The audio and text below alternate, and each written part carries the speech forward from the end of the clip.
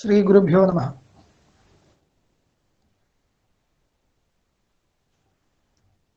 അപ്പോൾ അനുമാന പ്രമാണത്തെക്കുറിച്ച് മാനവമയോദയത്തിൽ പഠിക്കാൻ പോവുകയാണ് നമ്മൾ. പ്രത്യക്ഷ പ്രമാണം ചുരുക്കത്തിൽ പറഞ്ഞു ഇന്നലെ. ഇന്ന് അനുമാനത്തിലേക്ക് കടന്ന് കുറച്ച് കാര്യങ്ങൾ സമയത്തിനനുസരിച്ച് നമുക്ക് പറഞ്ഞ് അവസാനിപ്പിക്കാൻ ശ്രമിക്കാം.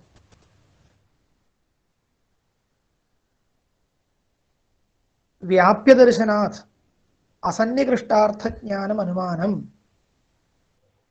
ഇതെന്താണ്? അനുമാനത്തിന്റെ ലക്ഷണമാണ് പറയുന്നത്. വ്യാപ്യദർശനാത് അസന്നികൃഷ്ടാർത്ഥജ്ഞാനം അനുമാനം. ഇപ്പോ സാങ്കേതിക സംജ്ഞകള്, അനേകം സംജ്ഞകൾ നമുക്ക്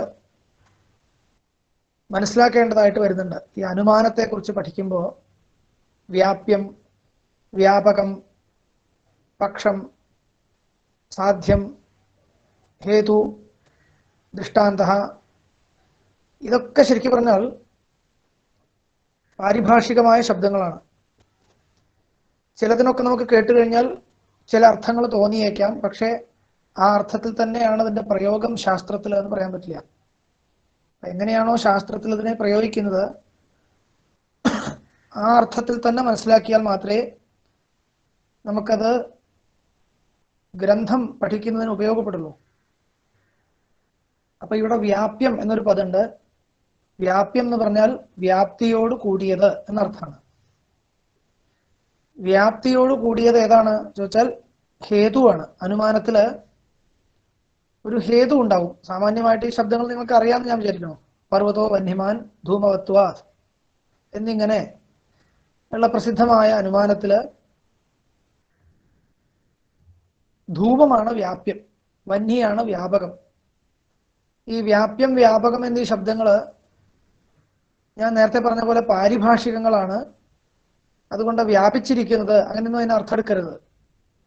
എന്തിനെയാണോ സാധിക്കുന്നത് അനുമാനം കൊണ്ട് അതാണ് സാധ്യം അല്ലെങ്കിൽ വ്യാപകം. എന്തിനെ കൊണ്ടാണോ സാധിക്കുന്നത് അതാണ് ഹേതു അല്ലെങ്കിൽ വ്യാപ്യം. അപ്പൊ ഹേതുവിനെ നമുക്ക് അറിയാൻ കഴിയണം ആദ്യം. അങ്ങനെ അറിയാൻ കഴിഞ്ഞാൽ മാത്രമേ സാധ്യത്തിനെ അനുമാനിക്കാൻ സാധിക്കുകയുള്ളൂ. അതാണ് പറഞ്ഞിരിക്കുന്നത് വ്യാപ്യദർശനാ.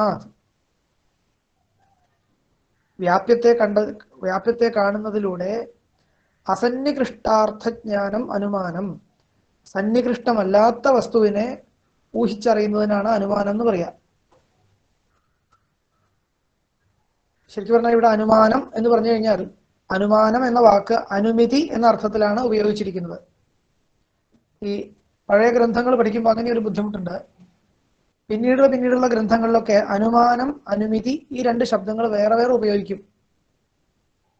അനുമാനം എന്ന് പറഞ്ഞു കഴിഞ്ഞാൽ അനുമിതിയുടെ കരണം, അതിൽ നിന്നുണ്ടാകുന്ന ഫലീഭൂതമായ ജ്ഞാനമാണ് അനുമാനം അല്ല അനുമിതി.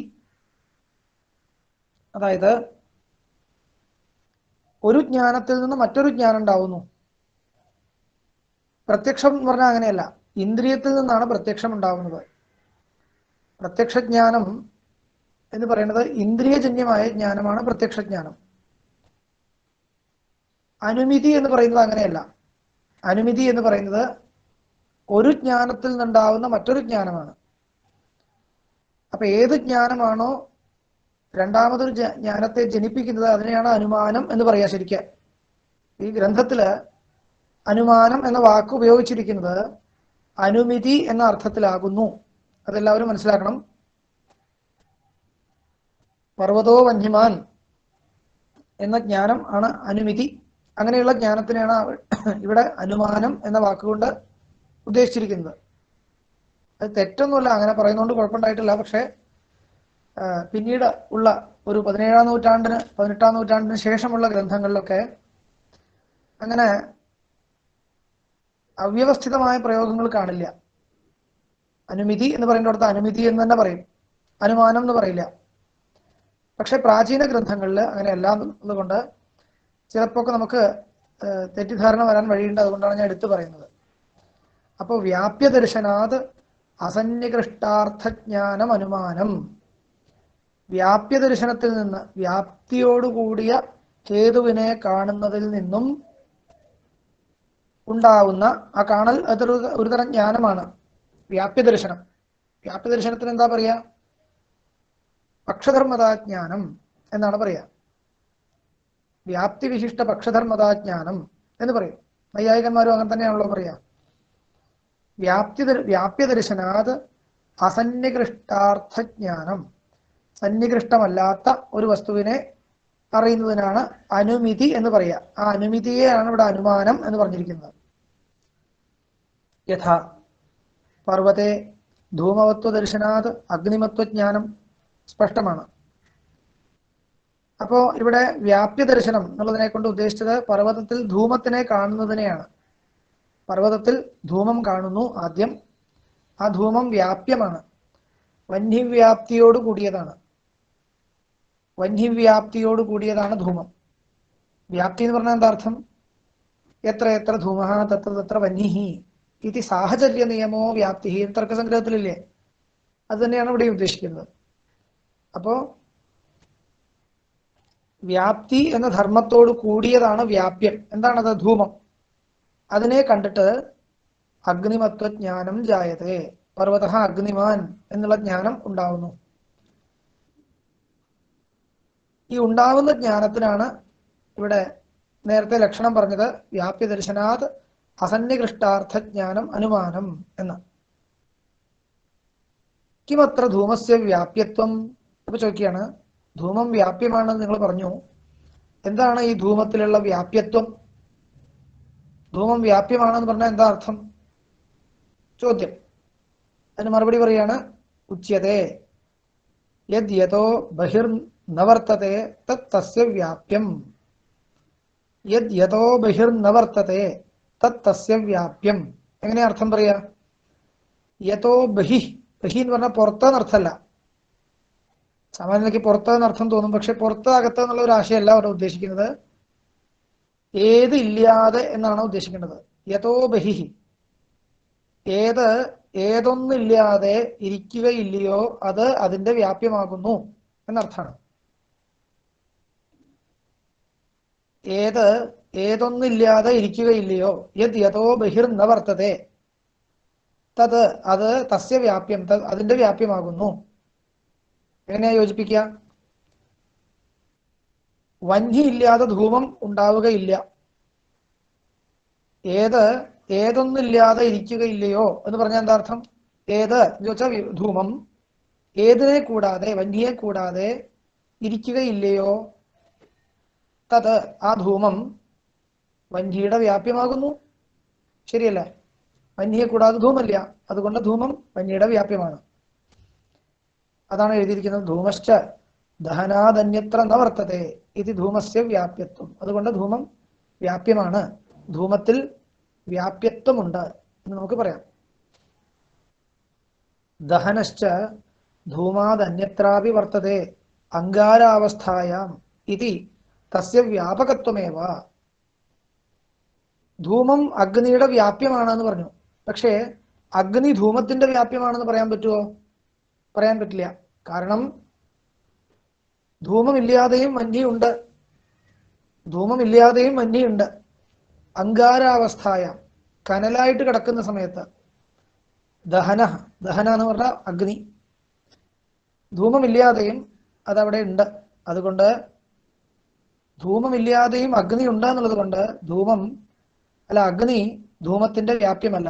അതേസമയം അഗ്നി ഇല്ലാതെ ധൂമം ഇല്ല എന്നുള്ളത് കൊണ്ട് ധൂമം അഗ്നിയുടെ വ്യാപ്യമാകുന്നു. ഈ ഒരു വ്യത്യാസം മനസ്സിലാക്കണം. അപ്പൊ അതുകൊണ്ട് എത്രയെത്ര ധൂമസ് തത്ര വന്യഹി എന്ന് പറയാം, തിരിച്ചു പറയാൻ പറ്റില്ല. എത്രയെത്ര വന്യഹി തത്ര തത്ര ധൂമഹ എന്ന് പറയാൻ പറ്റില്ല. അതുകൊണ്ട് അഗ്നേഹ ദഹനസ്യ വ്യാപകത്വമേവ എന്നത് വ്യാപ്യത്വം. ദഹനം, അഗ്നി എപ്പോഴും വ്യാപകമാണ്, വ്യാപ്യമല്ല. ധൂമം വ്യാപ്യമാണ്, വ്യാപകമല്ല. തദീയം അഗ്നിധൂമയോഹോ അന്യോന്യവ്യാപ്ത്യഭാവാത് വിഷമവ്യാപ്തി. ഇതിനാണ് വിഷമവ്യാപ്തി എന്ന് പറയാം. രണ്ടു തരം വ്യാപ്തി ഉണ്ട്, ഒന്ന് സമവ്യാപ്തി, പിന്നെ ഒന്ന് വിഷമവ്യാപ്തി. അതെന്താണ്? ഒന്നുമല്ല, തിരിച്ച് അങ്ങടും ഇങ്ങടും വ്യാപ്തി ഉണ്ടെങ്കിൽ സമവ്യാപ്തി. ഒരു സൈഡ് ഇവിടുന്ന് അങ്ങോട്ട് മാത്രമേ ഉള്ളൂ, അവിടുന്ന് ഇങ്ങോട്ട് ഇല്ലാന്നുണ്ടെങ്കിൽ അത് വിഷമവ്യാപ്തി. അതായത് വൺ സൈഡ് വ്യാപ്തി. ഇവിടെ അഗ്നിക്കും ധൂമത്തിനും സമവ്യാപ്തിയാണോ വിഷമവ്യാപ്തിയാണോ ചോദിച്ചാൽ വിഷമവ്യാപ്തിയാണ്.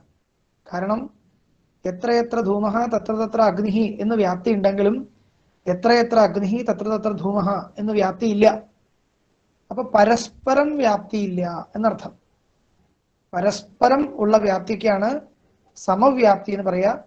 പരസ്പരം ഇല്ല എങ്കിൽ വിഷമവ്യാപ്തി എന്ന് പറയും. അപ്പൊ ഈ സമവ്യാപ്തി എവിടെയെങ്കിലും ഉണ്ടോ ചോദിച്ചാൽ ഉണ്ട് എന്ന് പറയാണ്. ക്വചിത്തു സമവ്യാപ്തിരപ്യസ്തി യഥാ കൃതകത്വ അനിത്യത്വയോ. കൃതകത്വം അനിത്യത്വം. കൃതകത്വം എന്ന് പറഞ്ഞാൽ എന്താ അർത്ഥം? ജന്യത്വം എന്നർത്ഥം. ഉണ്ടാക്കിയത് എന്നർത്ഥം. ഉണ്ടാക്കിയതാണെങ്കിൽ അത് തീർച്ചയായിട്ടും അനിത്യമാണ് എന്നൊരു വ്യാപ്തിയുണ്ട്. നേരെ തിരിച്ചുണ്ട്. അനിത്യമാണെങ്കിൽ അത് ഉണ്ടാക്കിയതുമാണ്. തിരിച്ചുണ്ട്, അങ്ങടും ഇങ്ങടും വ്യാപ്തിയുണ്ട്. എത്രയെത്ര കൃതകത്വം തത്ര തത്ര അനിത്യത്വം എന്നും വ്യാപ്തിയുണ്ട്. എത്രയെത്ര അനിത്യത്വം തത്ര തത്ര കൃതകത്വം എന്നും വ്യാപ്തിയുണ്ട്. അതുകൊണ്ട് കൃതകത്വം അനിത്യത്വം എന്നീ രണ്ട് ധർമ്മങ്ങൾക്ക് സമവ്യാപ്തിയുണ്ട് എന്ന് പറയാം. അതാണ് എഴുതിയിരിക്കുന്നത്. തത്ര ഖലു കൃതകാനാം സർവേഷാം അനിത്യത്വമസ്തി അനിത്യാനാം സർവേഷാം കൃതകത്വമപ്പി അസ്തി ഇതി സമവ്യാപ്തിരേവ എന്ന്. ശരി, ഇത്രയും പറഞ്ഞതിന് ശേഷം ചോദിക്കുകയാണ്, കാ പുനരിയം വ്യാപ്തി? എന്താണ് ഈ വ്യാപ്തി എന്ന് പറഞ്ഞാൽ? ഉച്യത്തെ സ്വാഭാവിക സംബന്ധോ വ്യാപ്തി. സ്വാഭാവിക സംബന്ധ, അതാണത്ര വ്യാപ്തി എന്ന് വെച്ചാൽ എന്താ അർത്ഥം? എന്താണ് ഈ സ്വാഭാവിക സംബന്ധം? സ്വാഭാവിക സംബന്ധം എന്ന് പറഞ്ഞാൽ എന്താ? അതിനെ വീണ്ടും വ്യാഖ്യാനിക്കണം. അതാണ് പറയുന്നത്, സ്വാഭാവികത്വഞ്ച ഉപാധിരാഹിത്യം. ഉപാധിരാഹിത്യമാണ് സ്വാഭാവികത്വം. അതിന്റെ നടുക്ക് ഒരു ഇടനിലക്കാരൻ ഇല്ലാതിരിക്കണം. അതിനാണ്, അങ്ങനെ ഉണ്ടെങ്കിൽ അതിന് ഉപാധി എന്ന് പേര് പറയും. ഈ ഉപാധിയുടെ ലക്ഷണം പിന്നീട് പറയണം, അല്ലാണ്ട് വെറുതെ അങ്ങനെ പറഞ്ഞിട്ട് കാര്യമില്ല. ഇവിടെ ഉദ്ദേശിക്കുന്നത് എന്താ ചോദിച്ചാൽ, ഇപ്പൊ നോക്കൂ, നിങ്ങൾ തന്നെ ഒന്ന് ആലോചിച്ച് നോക്കുക സ്വയം.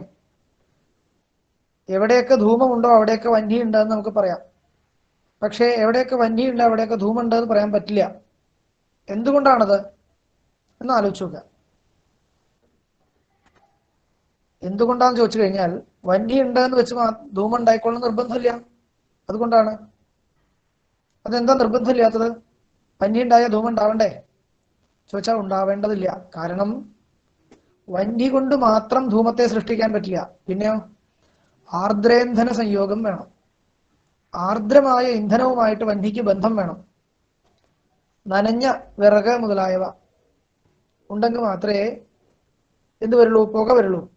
അതുകൊണ്ട് അഗ്നി ആർദ്രേന്ധന സംയോഗത്തെ അപേക്ഷിച്ച് മാത്രമേ ധൂമത്തിന് കാരണമാവുന്നുള്ളൂ. അഗ്നി ആർദ്രേന്ധന സംയോഗത്തെ അപേക്ഷിച്ച് മാത്രമേ ധൂമത്തിന് കാരണമാവുന്നുള്ളൂ എന്നുള്ളത് കൊണ്ട് എന്ത് വരുന്നു? ഈ ആർദ്രേന്ധന സംയോഗം ഇതിന്റെ ഇടയിൽ പ്രവേശിക്കുന്നു. അതിനെയാണ് നമ്മൾ ഉപാധി എന്ന് പറയുന്നത്. അപ്പൊ വന്യക്ക് ധൂമത്തിനോട് സ്വാഭാവികമായ സംബന്ധം ഇല്ല. അതേസമയം ധൂമത്തിനാകട്ടെ വന്യയോട് സ്വാഭാവിക സംബന്ധമുണ്ട്. അതെങ്ങനെയാണ്? ധൂമം ഉണ്ടെങ്കിൽ തീർച്ചയായിട്ടും വന്യുണ്ട്. ധൂമം ഉണ്ടെങ്കിൽ വന്യുണ്ട് എന്ന് പറയാൻ നമുക്ക് അതിന്റെ ഇടയിൽ വേറൊന്നിന്റെ ഇടനിലക്കാരന്റെ ആവശ്യമില്ല. ധൂമം ഉണ്ടെങ്കിൽ തീർച്ചയായിട്ടും വന്യുണ്ട് എന്ന് പറയാം. അതേസമയം വന്യ ഉണ്ടെങ്കിൽ ഉടനെ ധൂമുണ്ട് എന്ന് പറയാൻ പറ്റില്ല. കാരണം അതിന്റെ ഇടനിലക്കാരൻ അതിന്റെ ഇടയിൽ ആവശ്യമുണ്ട്. ആരാണത്? ആർദ്രേന്ധന സംയോഗം. അതുകൊണ്ടാണ് ഈ ആർദ്രേന്ധന സംയോഗത്തിനെ നമ്മൾ ഉപാധി എന്ന് പറയുന്നത്. അതൊരു പാരിഭാഷികമായ ശബ്ദമാണ് ഉപാധി എന്നുള്ള ശബ്ദം. അപ്പൊ ഈ ഉപാധി ഉണ്ടെങ്കിൽ മാത്രമേ വന്നി ധൂമത്തെ ജനിപ്പിക്കുന്നുള്ളൂ എന്നുള്ളത് കൊണ്ട്, വന്നി ഉണ്ടാകുന്നത് കൊണ്ട് മാത്രം ധൂമുണ്ട് എന്ന് പറയാൻ പറ്റില്ല. അതുകൊണ്ട് വന്ഹിയിൽ ധൂമവ്യാപ്തി ഇല്ല. വന്ഹിയിൽ ധൂമവ്യാപ്തി ഇല്ല, ധൂമത്തിലെ വന്യവ്യാപ്തി ഉണ്ട്. ഈ ഒരു രീതിയിലാണ് അതിനെ ചിത്രീകരിക്കുന്നത്. സ്വാഭാവിക സംബന്ധോ വ്യാപ്തി സ്വാഭാവികത്വം ച ഉപാധിരാഹിത്യം. ഉപാധിരീതി. അപ്പൊ എന്താണ് ഈ ഉപാധി എന്ന് പറഞ്ഞാൽ? അതിന്റെ ലക്ഷണം പറയാണ്. ഉപാധിരീതി ച സാധ്യസ്യ സാക്ഷാത് പ്രയോജകം ഹേത്വന്തരമുച്യതേ. ഉപാധിശ്ച സാധ്യസ്യ സാക്ഷാത് പ്രയോജകം ഹേത്വന്തരം. എന്താണ് പറഞ്ഞത്? ഇപ്പോ പർവ്വത ധൂമവാൻ വന്യമത്വാത് എന്ന അനുമാനം പ്രയോഗിച്ചു എന്ന് വയ്ക്കുക. പർവ്വത ധൂമവാൻ വന്യമത്വാത് ശരിയായിട്ടുള്ള അനുമാനമാണോ? അല്ല, ശരിയായിട്ടുള്ള അനുമാനം അല്ല ഇത്. കാരണം ഇവിടെ വന്യാണ് ഹേതുവാക്കി വെച്ചിരിക്കുന്നത്, വന്യയെയാണ് ഹേതുവാക്കി വെച്ചിരിക്കുന്നത്. ധൂമമാണ് സാധ്യം. ഹേതുവാക്കി വെച്ചിരിക്കുന്ന വന്യയില് ധൂമവ്യാപ്തി ഇല്ല. അതുകൊണ്ട് വ്യാപ്തി ഇല്ലാത്ത ഹേതുവിനെ ഹേതു എന്ന് പറയാൻ പറ്റില്ല, ശരിയായിട്ടുള്ള ഹേതു എന്ന് പറയാൻ പറ്റില്ല. അതുകൊണ്ട് ഇത് എന്താ പറയാ, നൈയായികന്മാര് സദ്ഹേതു അല്ല എന്ന് പറയും. സദ്ഹേതു അസദ്ഹേതു, അങ്ങനെ മനസ്സിലാക്കണം. സദ്ഹേതു അല്ല, ഇത് ദോഷമുള്ള ഹേതുവാണ്. എന്താ ഇവിടെ ദോഷം? ഉപാധിമത്വമാണ് ദോഷം. ഇത് തർക്കസംഗ്രഹത്തിലെ സോപാധികോ ഹേതുഹു എന്ന് പറയും. ആ ഉപാധി തന്നെയാണ് ഇവിടെ പറയുന്നത്, വേറൊന്നുമല്ല. അപ്പോ ഉപാധി എന്നുള്ള ഒരു ദോഷം ഇവിടെ ഉണ്ട്. എന്താണ് ഉപാധി എന്ന് ചോദിച്ചപ്പോ പറയാണ്, സാധ്യസ്യ സാക്ഷാത് പ്രയോജകം ഹേത്വന്തരമുച്യതേ. ഇപ്പൊ ഞാൻ പറഞ്ഞത് ഓർത്തു കഴിഞ്ഞാൽ നിങ്ങൾക്ക് ഈ വരിക്ക് അർത്ഥം മനസ്സിലാവും. എന്താണ് ഇവിടെ അനുമാനം ഉണ്ടായിരുന്നത്? തെറ്റായിട്ടുള്ള അനുമാനം. പർവ്വത ധൂമവാൻ വന്യമത്വ എന്ന അനുമാനമാണ്. ഈ അനുമാനത്തില് സാധ്യം എന്താണ്? ധൂമവത്വമാണ് സാധ്യം. ഹേതു എന്താണ്? വന്യമത്വമാണ് ഹേതു. അപ്പൊ ഈ വന്യമത്വം ധൂമത്തിന് നേരിട്ട് ഹേതുവാണോ? അല്ല. പിന്നെയോ? വന്യമത്വം ഉണ്ട് എന്നുള്ളത് വെച്ച് മാത്രം ധൂമം ഉണ്ടെന്ന് പറയാൻ പറ്റുമോ എന്നർത്ഥം? പറ്റില്ല, പറയാൻ പറ്റില്ല. പിന്നെ എന്ത് വേണം? ആർദ്രേന്ധന സംയോഗം കൂടി വേണം. അപ്പൊ ഈ ആർദ്രേന്ധന സംയോഗം എന്ന് പറയുന്നത് ധൂമം എന്ന സാധ്യത്തെ സാധിക്കുന്ന നടുക്ക് നിൽക്കുന്ന സാക്ഷാത് ഹേതുവാണ്. ധൂമം ഉണ്ടാവണമെങ്കിൽ അവശ്യം ഉണ്ടായിരിക്കേണ്ട ഒന്നാണ് ആർദ്രേന്ധന സംയോഗം. അപ്പൊ ഈ ആർദ്രേന്ധന സംയോഗം എന്ന് പറയുന്ന ആള് നടുക്കിൽ നിന്നാൽ മാത്രമേ വന്യയെ കൊണ്ട് ധൂമത്തെ സാധിക്കാൻ പറ്റുള്ളൂ, ഇല്ലെങ്കിൽ സാധിക്കാൻ പറ്റില്ല. അതാണ് പറഞ്ഞത്, ഉപാധിരിതിച്ച സാധ്യസ്യ സാക്ഷാത് പ്രയോജകം ഹേത്വന്തരം ഉച്യതേ.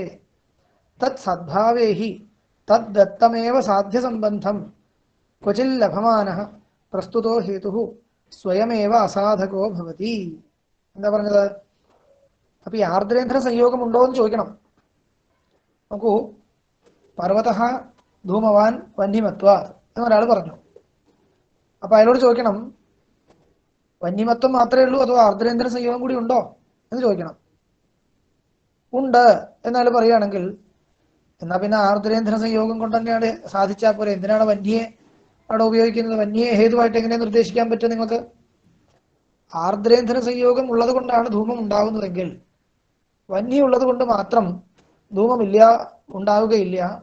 ആർദ്രേന്ധന സംയോഗം കൂടി വേണം. അപ്പൊ ആർദ്രേന്ധന സംയോഗം ഉണ്ട് എന്നുള്ളത് കൊണ്ടാണ് ധൂമം ഉണ്ട് എന്ന് പറയേണ്ടത്. അങ്ങനെയാണെങ്കിൽ വന്യ ഹേതുവേ അല്ല, ഇപ്പോ ആർദ്രേന്ധന സംയോഗമാണ് ഹേതു എന്ന് പറയണം. അതാണ് പറയുന്നത്, തത് സദ്ഭാവേഹി. ആർദ്രേന്ധന സംയോഗം അവിടെ ഉണ്ടെങ്കിൽ തദ് ദത്തമേവ സാധ്യ സംബന്ധം. ആ ആർദ്രേന്ധന സംയോഗത്തിൽ നിന്നാണ് സാധ്യത്തിനോട് സംബന്ധം കിട്ടിയത് വന്യക്ക്. ആർദ്രേന്ധന സംയോഗം ഇല്ലെങ്കിൽ നിങ്ങൾ നിർദ്ദേശിച്ച വന്യ എന്ന ഹേതുവിന് സാധ്യമാകുന്ന ധൂമത്തിനോട് സംബന്ധമേ കിട്ടില്ല. ആ സംബന്ധം കിട്ടാൻ കാരണം എന്താണ്? ഇടനിലക്കാരനാണ്. ആരാണ് ഇടനിലക്കാരൻ? ആർദ്രേന്ധന സംയോഗം.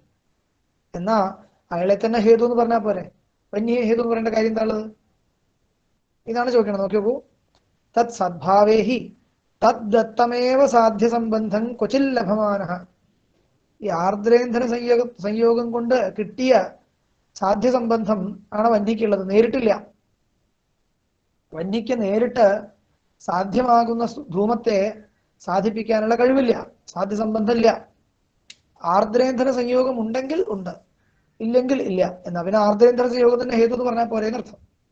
അതുകൊണ്ട് അങ്ങനെ ഇടനിലക്കാരൻ വേണമെങ്കിൽ വന്നി ധൂമത്തിന് ഹേതുവാണ്. ഹേതു എന്ന് പറഞ്ഞാൽ ജ്ഞാപക ഹേതു എന്നർത്ഥം. കാരകഹേതു അല്ല, ജ്ഞാപക ഹേതു. ധൂമത്തെ അറിയിപ്പിക്കുക എന്നർത്ഥത്തിലാണ്, അല്ലാണ്ട് ധൂമത്തെ ജനിപ്പിക്കുക എന്നർത്ഥത്തിലല്ല. ജന്യജനക ഭാവമാണ് വെച്ചാൽ തിരിച്ചു വേണം പറയാൻ. ധൂമത്തിന്റെ ജനകമാണ് വന്നി, വന്യയുടെ ജ്ഞാപകമാണ് ധൂമം.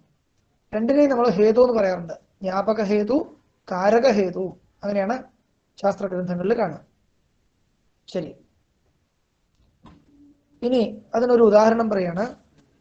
തദ്യഥ അഗ്നിശോമീയ ഹിംസ അധർമ്മ ഹിംസാത്വാത് ബാഹ്യഹിംസാദിവത് ഇതി അവൈദികാനാം സാഖ്യാനാം ച പ്രയോഗഃ തത്ര നിഷിദ്ധത്വം ഉപാധി. ഇപ്പോ നമ്മൾ പറഞ്ഞ ഉദാഹരണത്തിൽ നിന്ന് വ്യത്യസ്തമായിട്ടൊരു ഉദാഹരണം കാണിക്കുകയാണ്. നമ്മൾ ഇത്രയും നേരം എങ്ങനെയാണ് ആർദ്രേന്ദ്ര സംയോഗത്തെ വെച്ചിട്ടാണ് പറഞ്ഞത്. ഇനി ഇതേപോലെ വേറൊരു ഉദാഹരണം പറയാണ്. അഗ്നിശോമീയ ഹിംസ അധർമ്മ. അഗ്നിശോമീയ ഹിംസ എന്ന് പറഞ്ഞാൽ എന്താ അർത്ഥം?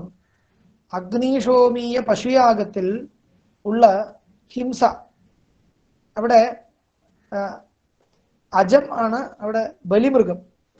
ഈ അജത്തിനെ അവിടെ ഹിംസിക്കുന്നുണ്ട്. ഈ ഹിംസ അധർമ്മമാകുന്നു എന്ന് നാസ്തികന്മാര് സാഖ്യന്മാരൊക്കെ ചോദിക്കും, പറയും. ഇത് അധർമ്മമല്ലേ എന്ന് ചോദിക്കും. അഗ്നിശോമീയ ഹിംസ അധർമ്മ ഏവ ഹിംസാത്വാ.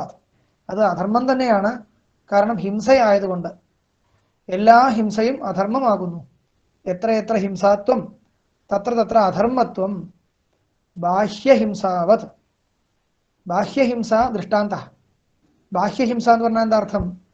നമ്മളുടെ തന്നെ രാഗദ്വേഷാദികളെ കൊണ്ട് പോയിട്ട് മറ്റൊരാളെ ഉപദ്രവിക്കുക, അതാണ് ബാഹ്യഹിംസ. സ്വന്തം രാഗദ്വേഷാദികളെ കൊണ്ട് മറ്റുള്ളവരെ ഉപദ്രവിക്കുക. അങ്ങനെയുള്ള ഹിംസയ്ക്ക് അധർമ്മത്വമുണ്ട്, ഹിംസാത്വമുണ്ട്. ആ ഹിംസയിൽ ഹിംസാത്വമുണ്ട്, അല്ലെങ്കിൽ കൊല്ലുക മുതലായത്, അതിൽ ഹിംസാത്വമുണ്ട്. അതേസമയം ഹിംസാത്വമുണ്ട്, അധർമ്മത്വമുണ്ട്. അതേപോലെ തന്നെ അഗ്നിശോമീയ ഹിംസയും എന്താണ്? അധർമ്മം തന്നെയാണ് എന്നൊരാൾ ചോദിക്കുകയാണ്. ചോദിക്കുക എന്ന് പറഞ്ഞാൽ അനുമാനം, പൂർവപക്ഷിയുടെ അനുമാനമാണ്. ഈ അനുമാനം ശരിയാണോ എന്ന് ചോദിച്ചാൽ ശരിയല്ല. എന്താ കാരണം? ഈ വ്യാപ്തി ശരിയല്ല. എത്ര ഹിംസാത്വം തത്ര അധർമ്മത്വം എന്ന വ്യാപ്തിയില്ല. കാരണം അങ്ങനെ ആയിരുന്നെങ്കിൽ അഗ്നിശോമീയ ഹിംസ ഇരിക്കട്ടെ, ഞാൻ വേറെ ഉദാഹരണം പറയാം. ഇപ്പോ രാജഭടന്മാര് യുദ്ധത്തില് പട്ടാളക്കാരെന്ന് പറയാം, പട്ടാളക്കാർക്ക് യുദ്ധം ചെയ്യുമ്പോൾ ശത്രു സൈന്യത്തിലുള്ളവരെ കൊല്ലേണ്ടതായിട്ട് വരും. ഇത് അധർമ്മമാണോ ധർമ്മമാണോ എന്ന് ചോദിച്ചാൽ എന്താ പറയാ? അവരുടെ ധർമ്മമാണത്. കാരണം അവർക്ക് വിധിച്ചിട്ടുള്ളതാണത്. നമ്മൾ പോയി കൊല്ലാൻ പാടില്ല, അവർക്ക് അത് വിധിച്ചിട്ടുണ്ട്. അപ്പൊ ആർക്ക് ഏത് വിധിച്ചിട്ടുണ്ടോ അയാൾക്ക് അത് ധർമ്മമാണ്. ആർക്ക് ഏത് വിധിച്ചിട്ടില്ലയോ അയാൾക്ക് അത് ധർമ്മമല്ല. ഇതാണ് ധർമ്മത്തിനും അധർമ്മത്തിനും തമ്മിലുള്ള തിരിവ്. ഇത്രയേ പറയാൻ സാധിക്കുള്ളൂ. ഇതാണ് സ്ഥിതി. അങ്ങനെ ഇരിക്കെ ബാഹ്യഹിംസ, വെറുതെ പോയിട്ട് നമ്മളുടെ രാഗദ്വേഷത്തെ മുൻനിർത്തി കേവലം ദ്വേഷം കൊണ്ട് ഒരാളെ ഹിംസിക്കുകയാണെന്ന് പറഞ്ഞു കഴിഞ്ഞാൽ അത് എന്താകണം? അധർമ്മമാണ്. കാരണം അത് വിധിച്ചിട്ടില്ല. അപ്പോൾ എത്ര ഹിംസാത്വം തത്ര അധർമ്മത്വം എന്നൊരു വ്യാപ്തി ഇല്ല. പിന്നെ എപ്പോഴാണ് ഹിംസ അധർമ്മമാകുന്നത് എന്ന് ചോദിച്ചു കഴിഞ്ഞാൽ നിഷിദ്ധമായിട്ടുള്ള ഹിംസയാണെങ്കിലാണ് അത് അധർമ്മമാകുന്നത്.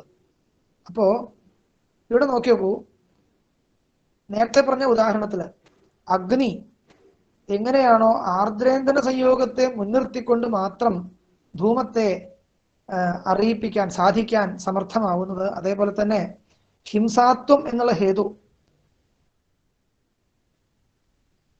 എപ്പോഴാണ് അധർമ്മത്വത്തെ സാധിക്കാൻ കൊള്ളുന്നത് എന്ന് ചോദിച്ചു കഴിഞ്ഞാൽ നിഷിദ്ധമായിട്ടുള്ള ഹിംസയാണെങ്കിൽ മാത്രമാണ്. ഹിംസയായതുകൊണ്ട് മാത്രം അത് അധർമ്മമാണെന്ന് പറയാൻ പറ്റില്ല. ഏതുപോലെ വന്നി ഉണ്ട് എന്നുള്ളത് കൊണ്ട് മാത്രം ധൂമമുണ്ട് എന്ന് പറയാൻ പറ്റില്ല. പിന്നെന്ത് വേണം? ആർദ്രേന്ദ്ര സംയോഗം കൂടി വേണം നടുക്കല് എന്ന് പറയുന്നത് പോലെ ഹിംസയായതുകൊണ്ട് മാത്രം അധർമ്മമാണെന്ന് പറയാൻ പറ്റില്ല. പിന്നെന്ത് വേണം? നിഷിദ്ധമാവുക കൂടി വേണം എന്നർത്ഥം. അപ്പോ കേവലം ഹിംസ അധർമ്മമാണോ? അല്ല.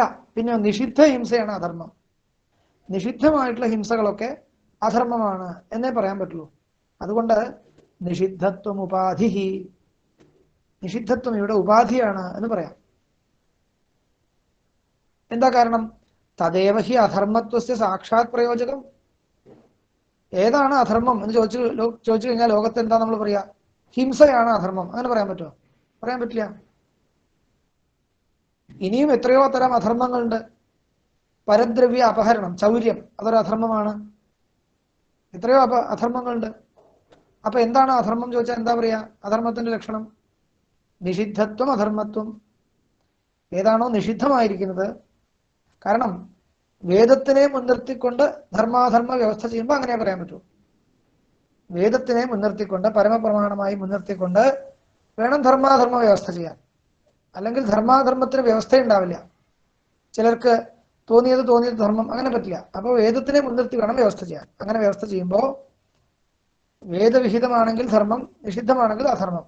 അപ്പൊ ഈ നിഷിദ്ധത്വത്തെ മുൻനിർത്തിക്കൊണ്ട് മാത്രമേ ഹിംസ അധർമ്മത്തിന് ഹിംസ അധർമ്മമാണെന്ന് പറയാൻ കഴിയുള്ളൂ എന്നുള്ളത് കൊണ്ട് ഇവിടെ നിഷിദ്ധത്വം ഉപാധി ഉണ്ട് എന്ന് പറയാണ്. അതുകൊണ്ട് ഇവിടെ വ്യാപ്തി ശരിയല്ല. തത്ര നിഷിദ്ധത്വം ഉപാധി തദേവ ഹി അധർമ്മത്വസ്യ സാക്ഷാത് പ്രയോജകം. ഇവിടെ എന്താണ് ഈ അനുമാനത്തിൽ സാധ്യം? അധർമ്മത്വമാണ് സാധ്യം. അഗ്നിഷോമീയ ഹിംസ അധർമ്മ എന്ന് അനുമാനം കാണിച്ചിരിക്കുന്നു. ഈ അനുമാനത്തിൽ സാധ്യമാണ് അധർമ്മത്വം. ഈ അധർമ്മത്വത്തെ സാധിപ്പിക്കുന്ന സാക്ഷാത് ഹേതു ഏതാണ്? ഹിംസാത്വം എന്ന ഹേതുവല്ല, പിന്നെയോ നിഷിദ്ധത്വം എന്നുള്ള ഹേതുവാണ്. അതുകൊണ്ട് നിഷിദ്ധത്വമാണ് ഇവിടെ ഉപാധി എന്ന് പറയുന്നു. അതുകൊണ്ട് ഈ അനുമാനം തെറ്റാകുന്നു, ശരിയായിട്ടുള്ള അനുമാനമല്ല എന്നാണ് പറഞ്ഞത്. ഇനി ഉപാധിയുടെ ലക്ഷണം എന്താണ് എന്നിപ്പോഴും പറഞ്ഞില്ല. അത് പറയുകയാണ് അടുത്തതായിട്ട്.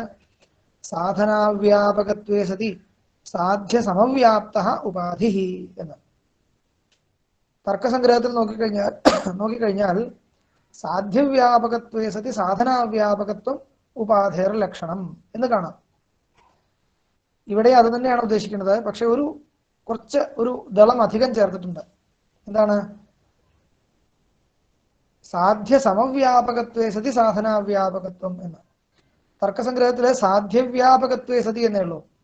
മീമാംസക മതത്തിൽ അങ്ങനെയല്ല, സാധ്യ സമവ്യാപകത്വേ സതി എന്നുണ്ട്. താർക്കികന്മാരുടെയും ചില താർക്കികന്മാരുടെ, ഉദയനാചാര്യന്റെ മതത്തിലൊക്കെ ഇങ്ങനെ വേണം പറയാൻ, സ്വതവേ അങ്ങനെ വേണം പറയാൻ. അപ്പൊ അത് മീമാംസക മതം എന്ന് പറയേണ്ടതില്ല, താർക്കികന്മാർക്കും ഏകദേശികൾക്ക് സമ്മതമാണ്. എന്താണ് ഈ ലക്ഷണം? സാധനാവ്യാപകത്വേ സതി സാധ്യ സമവ്യാപ്തത്വം. ഈ ലക്ഷണം നമ്മൾ ഉപാധിയിൽ സമന്വയിക്കുന്നുണ്ടോ എന്ന് നോക്കാം. ഈ ലക്ഷണത്തിനെ എവിടെയാ സമന്വയിപ്പിക്കേണ്ടത്? ഉപാധിയിലേക്കാണ് സമന്വയിക്കേണ്ടത്. എങ്ങനെയാ സമന്വയിക്കുക? ആദ്യം നമ്മൾ വ്യാപ്തി പറയാൻ പഠിക്കണം. എത്ര എത്ര ഹേതു തത്ര തത്ര സാധ്യം എന്ന രീതിയിൽ വ്യാപ്തി വേണം പറയാൻ. ഇപ്പോ നോക്കാം.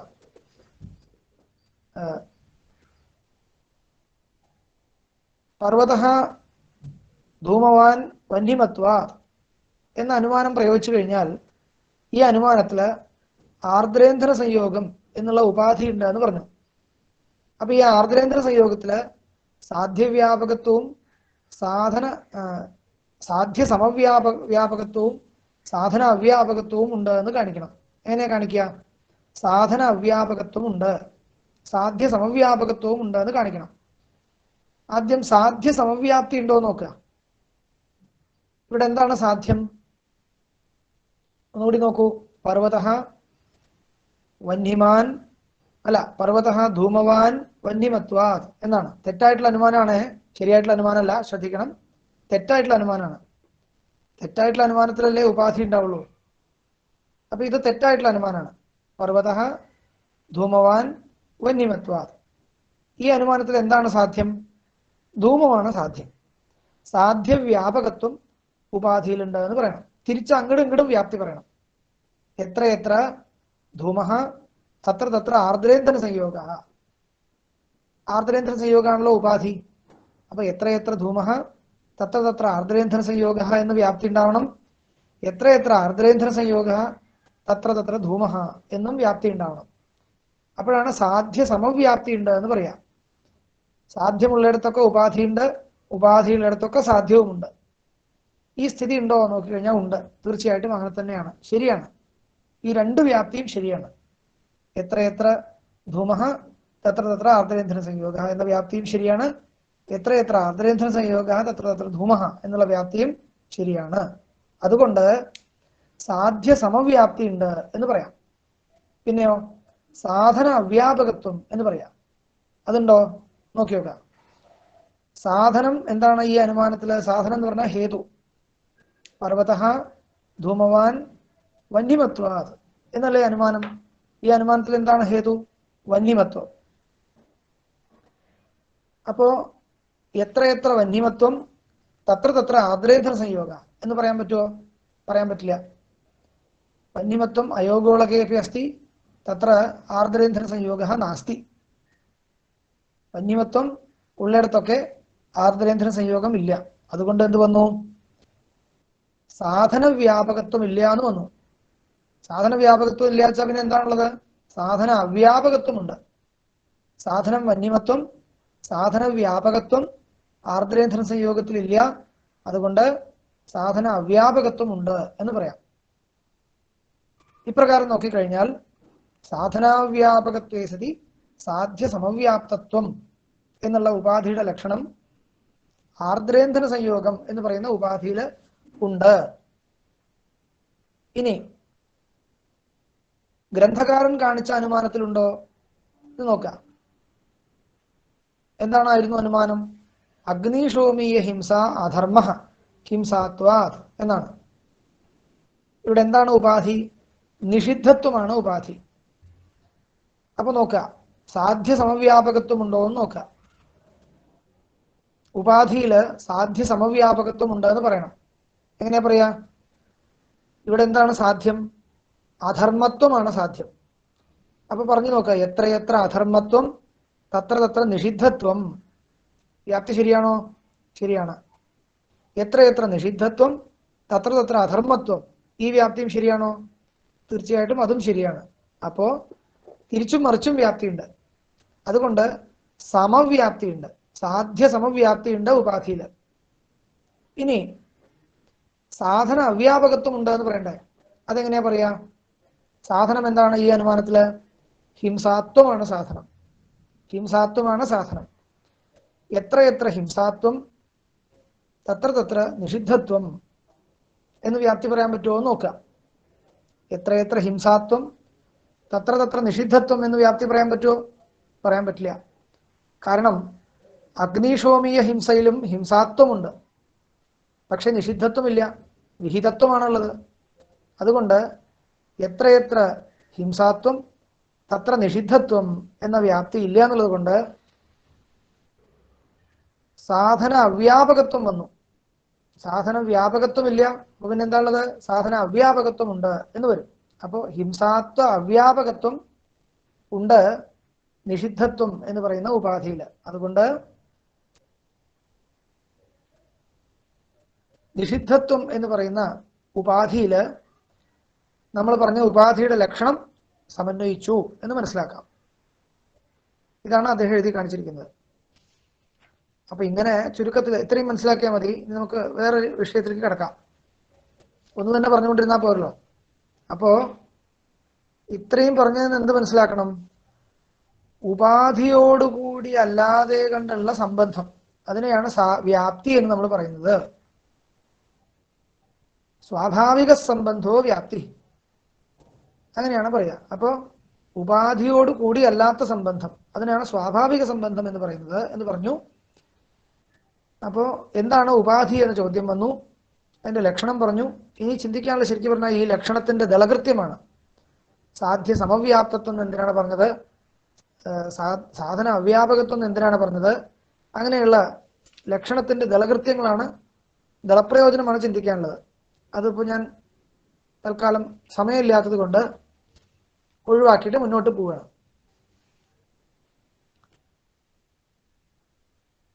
ഒരു കാരിക നമുക്ക് കാണാം.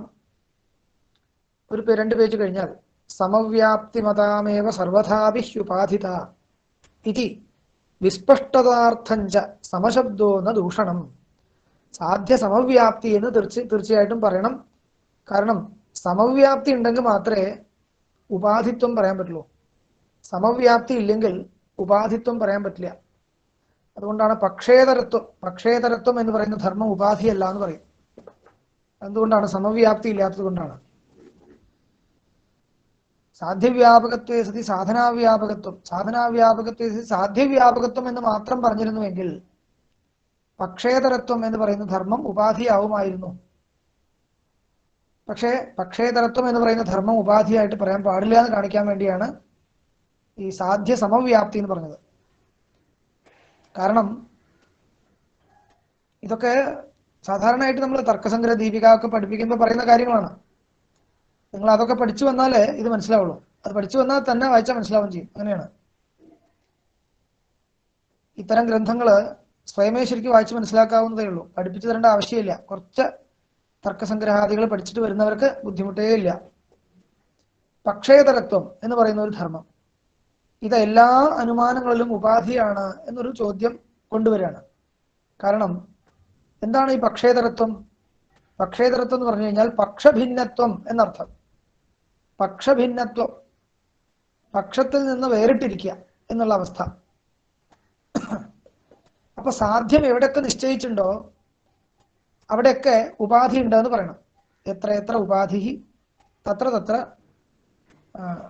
പക്ഷേതരത്വം, അല്ല എത്ര എത്ര സാധ്യം തത്ര തത്ര സാധ്യം നിശ്ചിതം തത്ര തത്ര ഉപാധി എന്ന് പറയണം.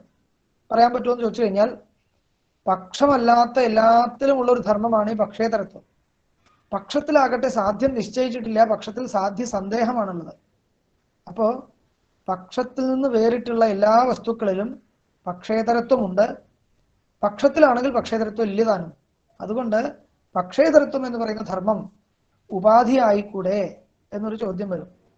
ആ ചോദ്യത്തിന് മറുപടി കൊടുക്കാൻ, അതായത് പക്ഷേതരത്വം എന്ന് പറയുന്ന ധർമ്മം ഉപാധിയല്ല എന്ന് കാണിക്കാൻ വേണ്ടിയിട്ട്, ആ പക്ഷേതരത്വത്തെ വ്യാവർത്തിപ്പിക്കാൻ വേണ്ടിയിട്ടാണ് ഉപാധിയുടെ ലക്ഷണത്തില് സമവ്യാപ്തി എന്ന് എടുത്തു പറഞ്ഞത് എന്നാണ് പറഞ്ഞത്. സമവ്യാപ്തി വേണമെന്ന് പറഞ്ഞു കഴിഞ്ഞാൽ പക്ഷേതരത്വം ഉപാധിയാണെന്ന് ആർക്കും പറയാൻ കഴിയില്ല. കാരണം എത്ര എത്ര സാധ്യം നിശ്ചിതം തത്ര തത്ര പക്ഷേതരത്വം എന്നേ പറയാൻ പറ്റുള്ളൂ. എത്ര എത്ര പക്ഷേതരത്വം തത്ര സാധ്യം എന്ന് പറയാൻ പറ്റില്ല. തിരിച്ചു വ്യാപ്തി ഇല്ല. അതുകൊണ്ട് സാധ്യ സമവ്യാപ്തി ഇല്ലാത്തത് കൊണ്ട് മാത്രം, ഈ സാധ്യ സമവ്യാപ്തി ഇല്ലാത്തത് കൊണ്ട് തന്നെ ഈ പക്ഷേതരത്വത്തെ നമുക്ക് ഉപാധിയായിട്ട് കണക്കാക്കാൻ പറ്റില്ല എന്നാണ് പറഞ്ഞത്. ഇനി ചില സമയത്ത് സാധ്യവ്യാപകത്വം നിശ്ചയിക്കാൻ പറ്റിയിട്ടില്ല എന്ന് വയ്ക്കുക.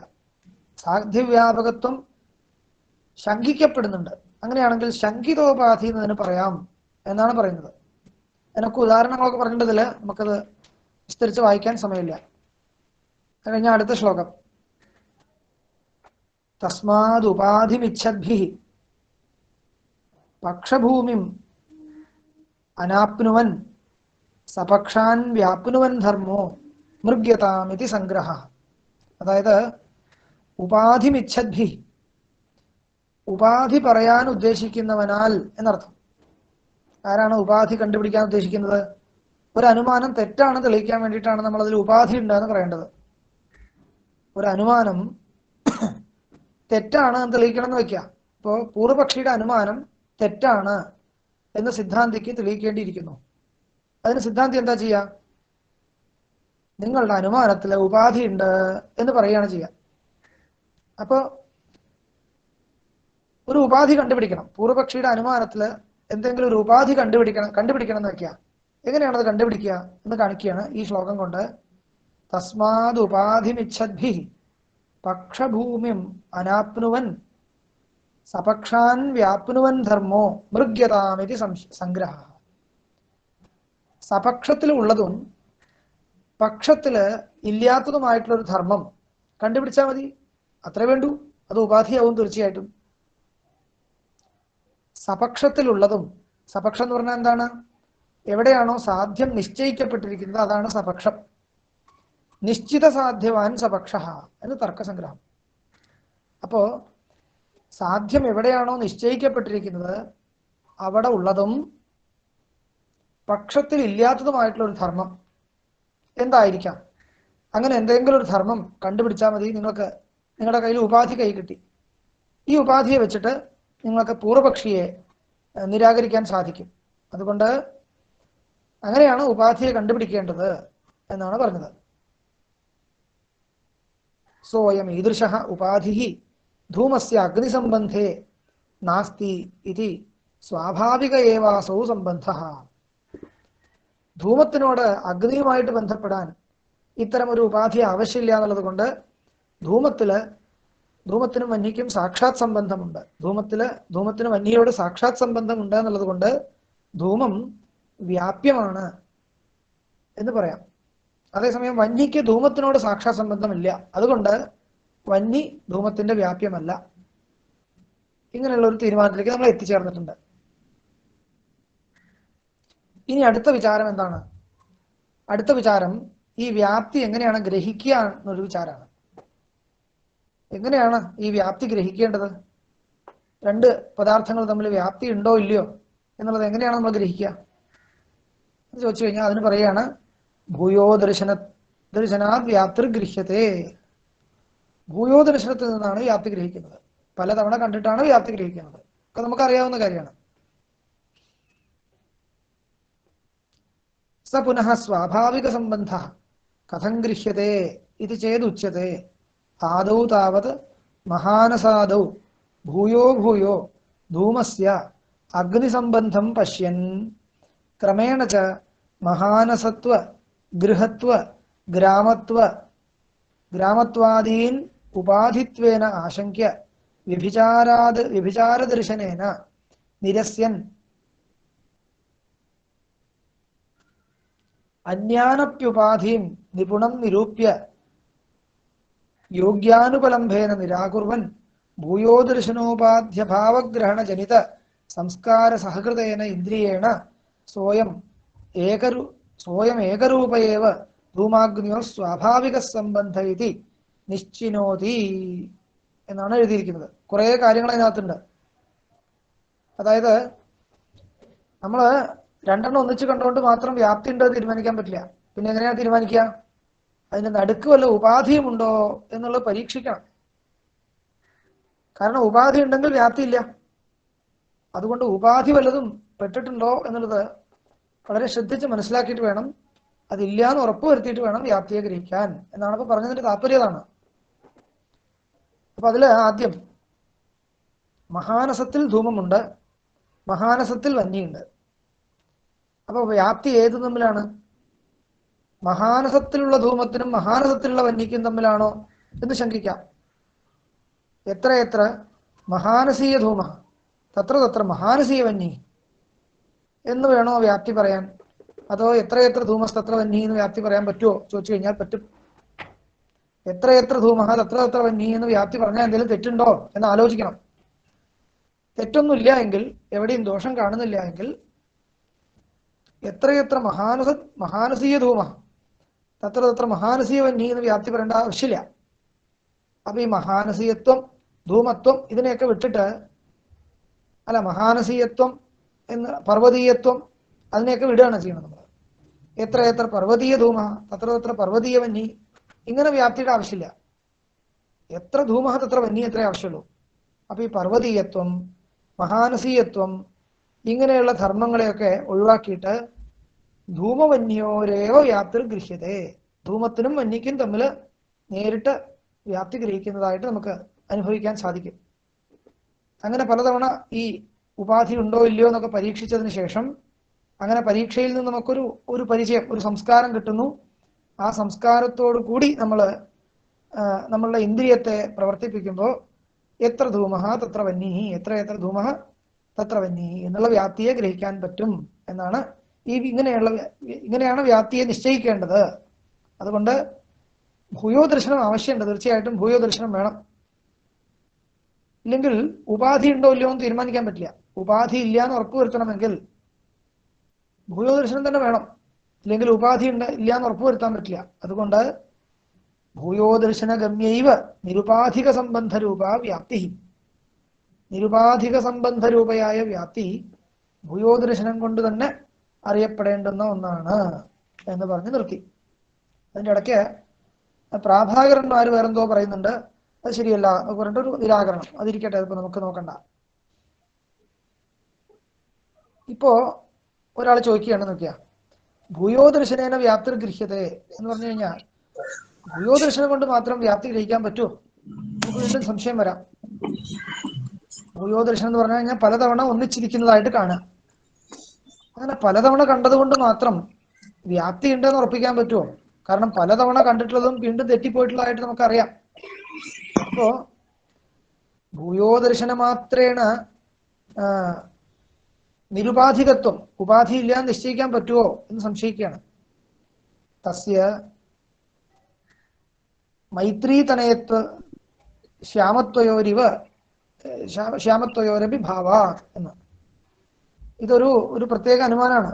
സഹ ശ്യാമ മിത്രാതനയത്വാ അല്ലെങ്കിൽ മൈത്രീതനയത്വാ എന്ന് പറഞ്ഞിട്ടൊരു അനുമാനം. ഞാൻ അപ്പൊ അതിനെക്കുറിച്ച് പറഞ്ഞില്ല, അതിൻ്റെ ഇടയിൽ വന്നിരുന്നു. അത് വിട്ടോളൂ തൽക്കാലം, അത് പറഞ്ഞാൽ സമയാധികം പോവും. എന്തായാലും ഒരു അനുമാനമാണത്. ആ അനുമാനത്തില് പലതവണ നമ്മൾ ഭൂയോദർശനം കാണുന്നുണ്ട്, പലതവണ അറിയുന്നുണ്ട് എന്ന് വെച്ച് വ്യാപ്തി ഉണ്ടെന്ന് പറയാൻ പറ്റില്ല. ഇതൊരു അനുമാനമാണ്. സഹ ശ്യാമ മിത്രാതനയത്വ എന്ന്. അവൻ കറുത്തവനാണ്, മിത്രയുടെ തന്നെ മകനായതുകൊണ്ട് മിത്രാതനയത്വ എന്നൊരു വ്യാപ്തി. ശരിയാണോ ചോദിച്ചാൽ ശരിയല്ല.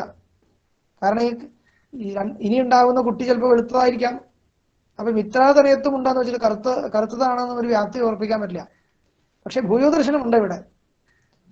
ഈ പുരുഷനിൽ മിത്രാതനയത്വം എന്ന ധർമ്മം, മിത്രയുടെ മകനായിരിക്കൽ എന്ന ധർമ്മം പലതവണ നമ്മൾ കണ്ടിട്ടുണ്ട്. ശ്യാമത്വവും കണ്ടിട്ടുണ്ട്. പക്ഷേ വ്യാപ്തിയില്ല. എത്ര എത്ര മിത്രാതനയത്വം തത്ര ശ്യാമത്വം എന്ന് വ്യാപ്തിയില്ല. കാരണം ഈ മിത്ര എന്ന് പറയുന്ന സ്ത്രീയുടെ രണ്ടാമത്തെ കുട്ടി ചിലപ്പോ കറുത്തവനല്ലായിരിക്കാം. അപ്പോ മിത്രാതനയത്വം ഉണ്ട് എന്ന് വെച്ചിട്ട് ശ്യാമത്വം ഉണ്ട് എന്ന് നമുക്ക് സാധിക്കാൻ പറ്റില്ല. എന്താ കാരണം? വ്യാപ്തിയില്ല. പക്ഷെ ഭൂയോദർശനം ഉണ്ടോ? ഉണ്ട്. കാരണം ഈ പുത്രനിൽ ഉണ്ടായ കറുത്ത പുത്രനിൽ ശ്യാമത്വവും നമ്മൾ പലതവണ കാണുന്നുണ്ട്, മിത്രാതനയത്വവും നമുക്ക് അറിയുന്നുണ്ട്, പലതവണ അറിയുന്നുണ്ട്. അപ്പൊ മിത്രാതനയത്വം ശ്യാമത്വം എന്നീ രണ്ട് ധർമ്മങ്ങള് ഒരേ മനുഷ്യനിൽ പലതവണ കണ്ടിട്ടും ഇത് തമ്മിൽ വ്യാപ്തി ഉണ്ടെന്ന് നമുക്ക് തീരുമാനിക്കാൻ പറ്റുന്നില്ല. അതുകൊണ്ട് ഭൂയോദർശനം മാത്രമേ കഥം വ്യാപ്തി ഗൃഹ്യതേ. ഇതാണ് ആ സ്ഥലം, ഇതാണ് ആ അനുമാനം. ചോദ്യം. അപ്പൊ അതിന് മറുപടി പറയാണ്, സത്യം, ശരിയാണ് നിങ്ങൾ പറഞ്ഞത്. ഭൂയോദർശനം കൊണ്ട് മാത്രം വ്യാപ്തി ഗ്രഹിക്കാൻ പറ്റില്ല. പറ്റുമെന്ന് എനിക്കും അഭിപ്രായമില്ല.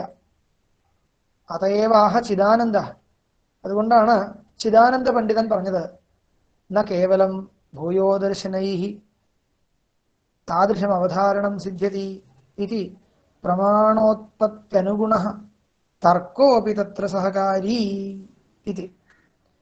ഭൂയോദർശനം മാത്രം പോരാ, പലതവണ കണ്ടു എന്നുള്ളത് കൊണ്ട് മാത്രം ഉപാധി ഇല്ല എന്ന് നമുക്ക് തീരുമാനിക്കാൻ പറ്റില്ല. പിന്നെ എന്ത് വേണം? തർക്കം കൂടിയും വേണം. തർക്കോപി തത്ര സഹകാരി. തർക്കവും വേണം. തർക്കിക്കാൻ അറിയണം. എങ്ങനെയാണ് തർക്കിക്കുക? കഫ് പുനഃതർക്ക ഉച്യത്തെ. തർക്കിക്കുക എന്ന് പറഞ്ഞു കഴിഞ്ഞാൽ പ്രമാണേന സാധ്യമാനസ്യ അർത്ഥസ്യ അന്യഥാത്വശങ്കായാം തന്നിരാസാർത്ഥം അന്യഥാത്വേ ദോഷകഥനം തർക്ക. ഇതാണ് തർക്കത്തിന്റെ ലക്ഷണം. നമ്മൾ എന്തെങ്കിലും ഒന്ന് ക്ലെയിം ചെയ്യാം. ക്ലെയിം ചെയ്യുന്ന സമയത്ത് ഇത് അങ്ങനെ അല്ലായിരിക്കുമോ എന്ന് വേറൊരാള് ശങ്കിച്ചു കഴിഞ്ഞാൽ നമ്മൾ എന്ത് ചെയ്യും? നിങ്ങൾ പറയുന്ന പോലെ പറയാൻ പറ്റില്ല, നിങ്ങൾ പറഞ്ഞ പോലെ പറഞ്ഞാൽ ഇന്ന ദോഷം വരും എന്ന് പറയും. അതായത് നാളെ സമരമുണ്ട് അതുകൊണ്ട് ഞാൻ കോളേജിലേക്ക് പോകുന്നില്ല എന്ന് പറഞ്ഞു കഴിഞ്ഞാൽ, സമരമുണ്ട് അതുകൊണ്ട് കോളേജിലേക്ക് പോയാൽ എന്താ എന്ന് വേറൊരാൾ ചോദിച്ചു കഴിഞ്ഞാൽ എന്താ പറയാ? സമരമുണ്ടെങ്കിലും ഉണ്ടായിട്ടും കോളേജിലേക്ക് പോയി കഴിഞ്ഞാൽ ഇന്ന കുഴപ്പമുണ്ട് എന്ന് നമ്മൾ പറയില്ലേ? ഇതാണ് തർക്കം. നമ്മളൊന്ന് ക്ലെയിം ചെയ്യുന്നു, നമ്മൾ ക്ലെയിം ചെയ്തതിനെ മറ്റൊരാള് എതിർക്കുന്നു. എതിർത്തു കഴിഞ്ഞാൽ ആ എതിർത്ത ആളുടെ പക്ഷം നിലനിൽക്കുകയാണെങ്കിൽ ഇന്ന ദോഷമുണ്ട്, അതുകൊണ്ട് ഞാൻ പറയുന്നതാണ് ശരി, ഇങ്ങനെയല്ലേ നമ്മൾ വാദിക്കുക. അങ്ങനെ ചെയ്യുന്നതിനാണ് തർക്കം എന്ന് പറയാം. അതുകൊണ്ടാണ് തർക്കിക്കാൻ വരണ്ടെന്ന് ആൾക്കാർ പറയുന്നത്. കൊണ്ടാണ് തർക്കിക്കുക എന്ന് പറഞ്ഞാൽ ഇതാണ്.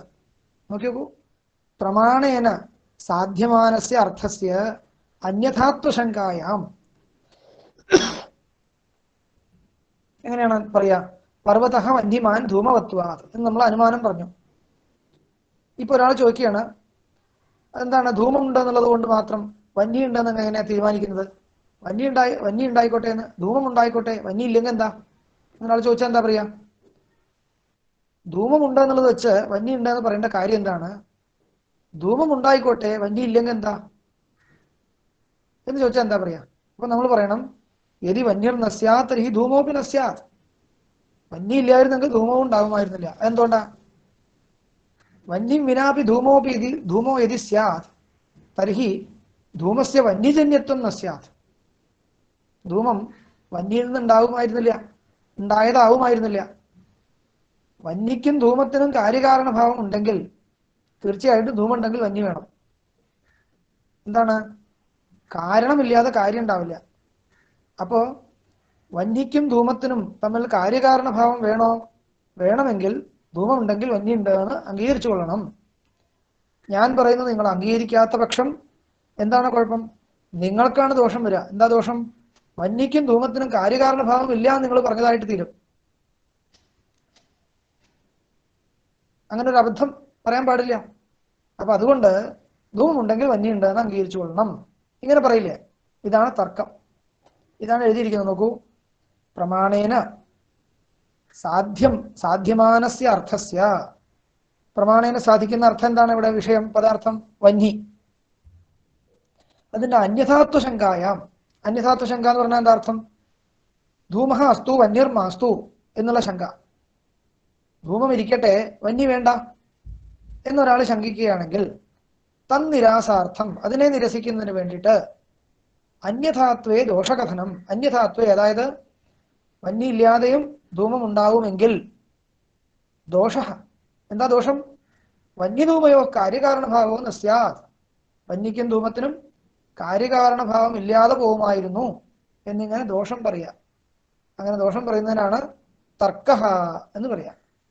അതയേവ അനിഷ്ടപ്രസഞ്ചകസ്തർക്ക ഇതി താർക്കികാഹ.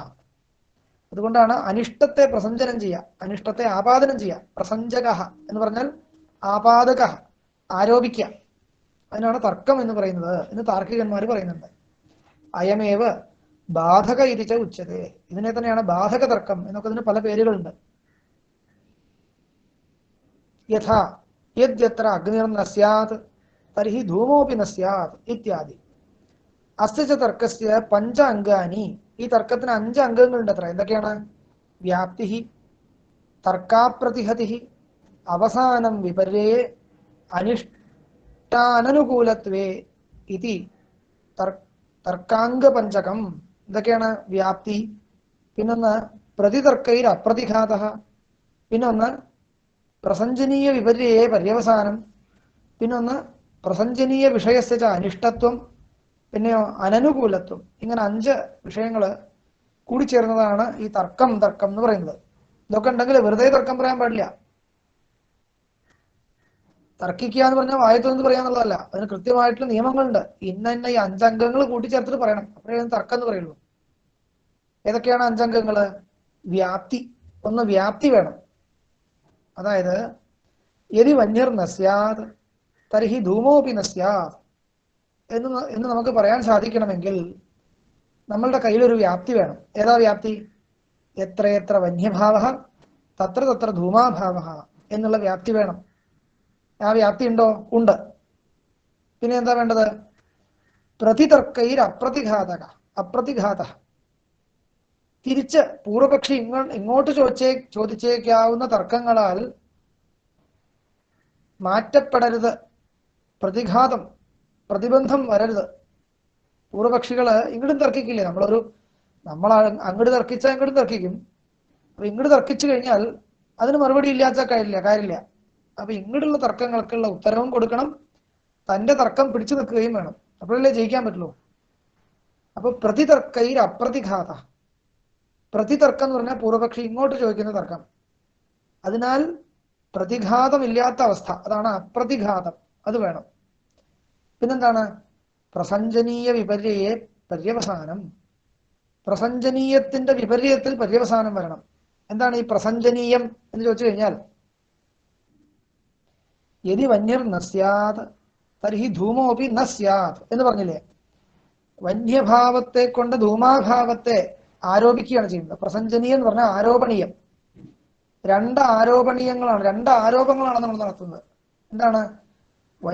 വന്യർ നസ്യാത്, വന്യ ഇല്ലായിരുന്നുവെങ്കിൽ ധൂമവും ഉണ്ടാവുമായിരുന്നില്ല. ഇങ്ങനെ പറയുന്നതിന്റെ പര്യവസാനം എവിടെയാണ്? വന്യവും ഉണ്ട് ധൂമവും ഉണ്ട് എന്നുള്ളിടത്താണ് പര്യവസാനം. ശ്രദ്ധിച്ചു നോക്കൂ. യദി വന്യർ നസ്യാത് തർഹി ധൂമോപി നസ്യാത് എന്നിങ്ങനെ തർക്കിക്കുന്നതിന്റെ പര്യവസാനം എവിടെയാണ്? ഈ തർക്കം സ്വീകരിച്ചു കഴിഞ്ഞാൽ അതിന്റെ റിസൾട്ട്, ഫലം എന്താണ്? വന്യവും ഉണ്ട് ധൂമവും ഉണ്ടെന്ന് കിട്ടും. യദി വന്യർ നസ്യാത് തരി ധൂമോപി നസ്യാത് തരി കിം ഭവതി? വന്യരപ്യസ്തി ധൂമോപ്യസ്തി. അതാണ് പ്രസഞ്ജനീയ വിപര്യയെ പര്യവസാനം.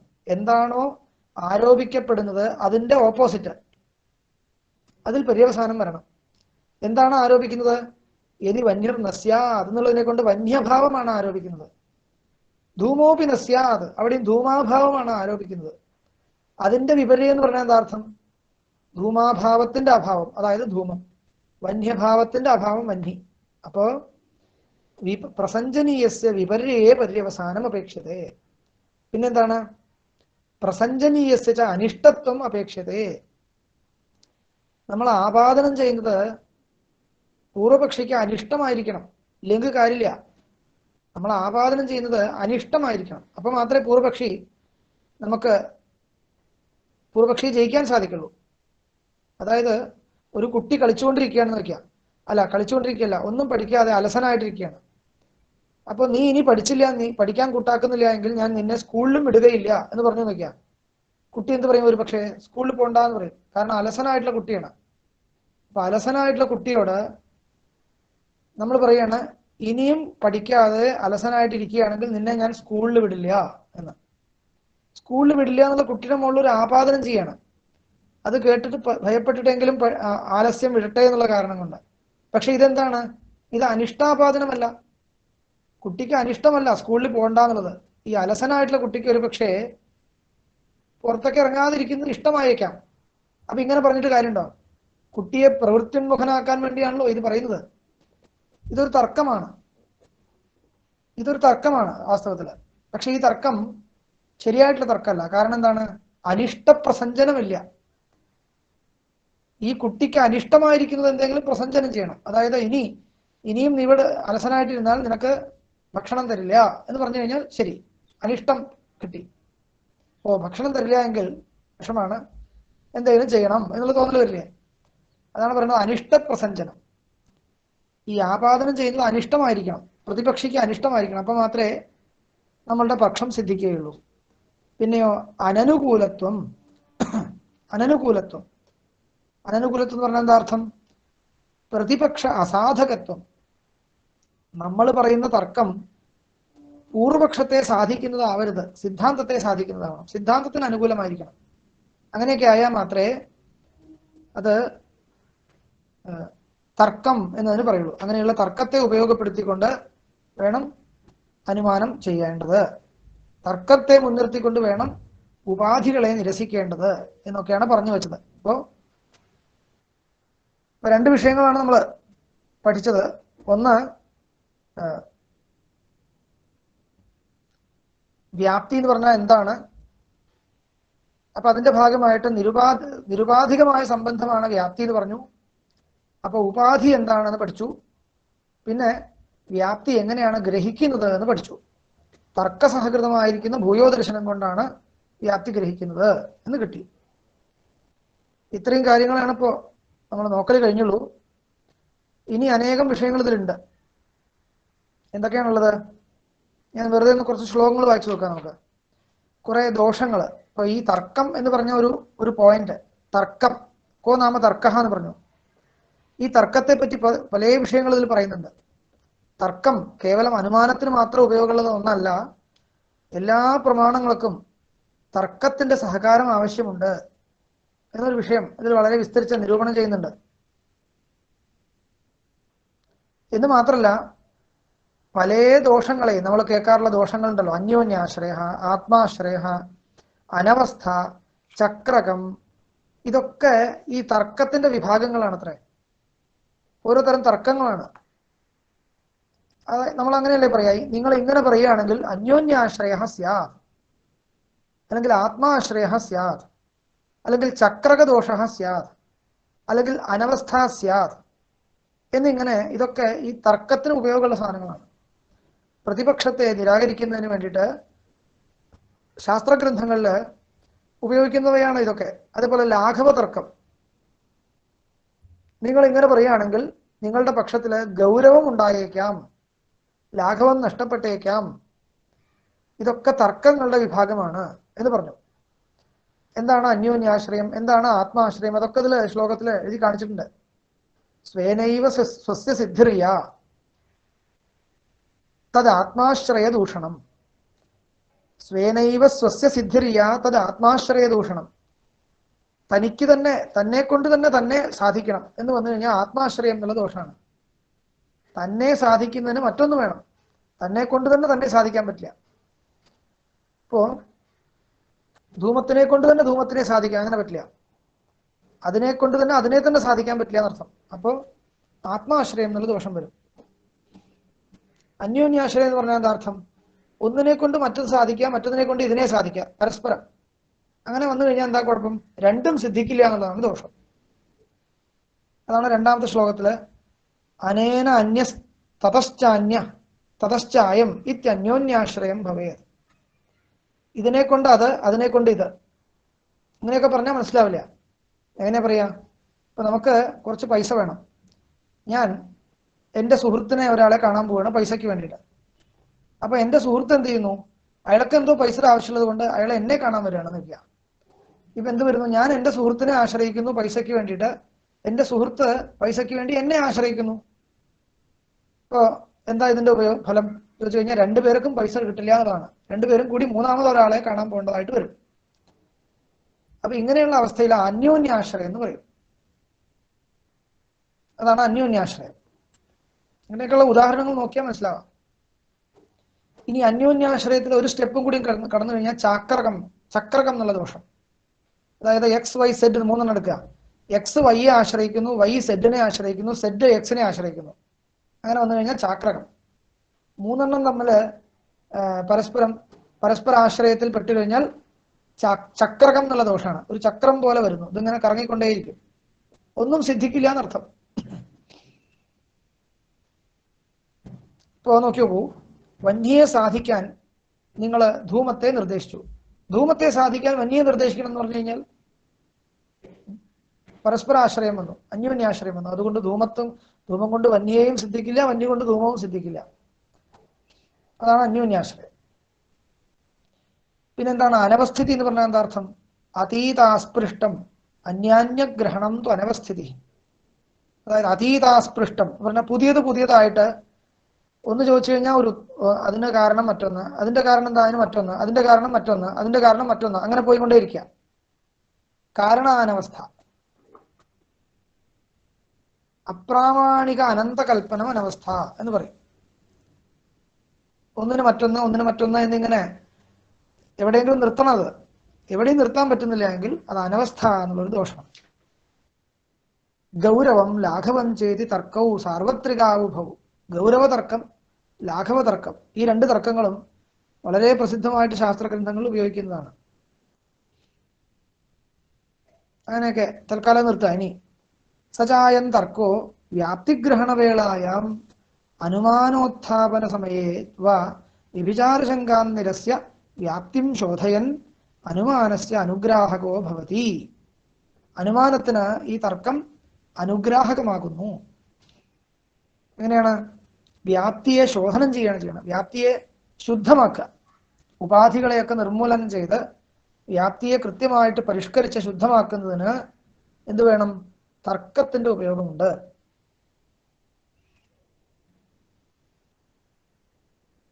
ഇപ്പൊ ഒരാൾ ചോദിക്കുകയാണ്, എന്താണ് ഇവിടെ തർക്കം? പർവ്വതോ വന്യമാൻ ധൂമവത്വാത് ധൂമഃ അസ്തു വന്യർമാസ്തു എന്ന് ചോദിച്ചാൽ എന്താ തർക്കം പറയാ? യദി വന്യർ നസ്യാത് തർഹി ധൂമോപി നസ്യാത്. എന്ന് പറഞ്ഞാൽ മാത്രം വ്യഭിചാരശങ്ക പോവോ? ഒരാൾ ചോദിക്കാം, വീണ്ടും എന്റെ മോള് ചോദിച്ചേക്കാം, അഗ്നി ഇല്ലാതെയും ധൂമം ഉണ്ടായിക്കോട്ടെ, അതുകൊണ്ട് എന്താ കുഴപ്പം? അഗ്നിയഭാവേപി ധൂമഃ കിം സ്യാത് ഇത് ശങ്കായാ പുനരപി അനപായാത്. അപ്പൊ എന്ത് മറുപടി പറയണം? സത്യം അതയേവ ശങ്കാവ്യാഘാതപര്യന്തം തർക്കമാർഗേണൈവ ഗന്ധവ്യമിതി താർക്കികാ. ഏതുവരെ നിങ്ങൾക്ക് ഈ ശങ്ക മേലെ മേലെ വരുന്നുണ്ടോ വീണ്ടും വീണ്ടും തർക്കങ്ങൾ ചെയ്തുകൊണ്ടേയിരിക്കണം. എവിടെയാണ് നിർത്താൻ പറ്റുക? നിർത്താനേ പറ്റുക എന്നാണോ? അങ്ങനെയല്ല, നിർത്താൻ പറ്റും. ഇഹച യദ്യഗ്ന്യഭാവേപി ധൂമഃ സ്യാത് തർഹി കാരണം വിനാപി കാര്യജനനം അംഗീകൃതം സ്യാത് ഇതി തർക്കേ പ്രയുക്തേ തദപി ന സ്യാത് ഇതി ശങ്ക ലോകസിദ്ധ ഇതി തർക്കേ പ്രയുക്തേ തദപി കിം ന സ്യാത് ഇതി ശങ്ക ന ലോകവിദാം അങ്കുരതി. അതായത് വന്യയിൽ ധൂമം ഉണ്ടായിട്ടും വന്നി ഇല്ലായിരുന്നുവെങ്കിൽ വന്നി ധൂമത്തിന് കാരണമാവുമായിരുന്നില്ല, ധൂമം വന്യയുടെ കാര്യമാവുമായിരുന്നില്ല എന്ന് പറയണം.